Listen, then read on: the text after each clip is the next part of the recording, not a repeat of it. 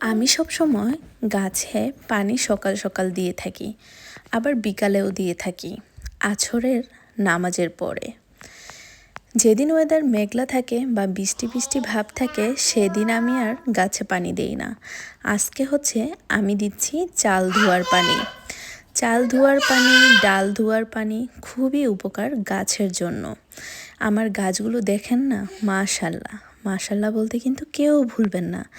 আর চাল ধোয়া পানি দিলে গাছগুলো আরও সতেজ এবং তাড়াতাড়ি বড় হয়ে যায়। আমি আমার গাছে কি কি দিয়ে থাকি সব কিছুই আপনাদের সাথে আমার এই পেজে শেয়ার করার চেষ্টা করব, যাতে আপনারাও আপনাদের বারান্দার গাছগুলোকে সুন্দর মতো যত্ন নিতে পারেন আর গাছগুলো হয়ে ওঠে সতেজ।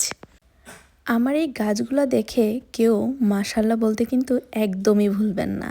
সবাই দোয়া করবেন যাতে আমার গাছগুলো সুন্দর মতো বড় হয়ে যায় তাড়াতাড়ি। আর আজকের ওয়েদারটা দেখুন না, মেঘলা।